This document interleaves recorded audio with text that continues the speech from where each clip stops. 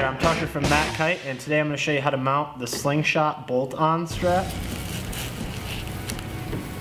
to a Slingshot Misfit kiteboard with track system. First thing you're going to want to do is take the T-nuts included with your board and slip them into the track system simply by tilting them in like that. Give it a decent stance width in there just so you can find them.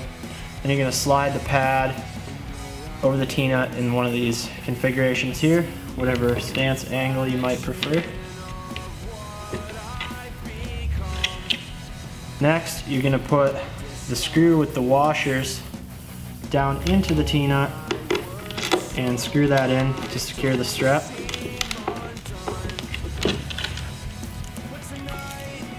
With the metal washer and plastic washer underneath, and thread that into the T-nut on the side here.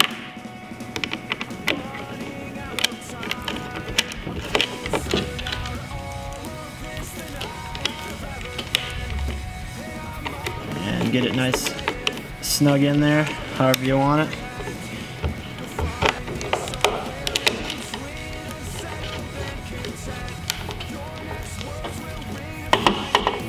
To adjust the strap, it's a two-piece Velcro plate.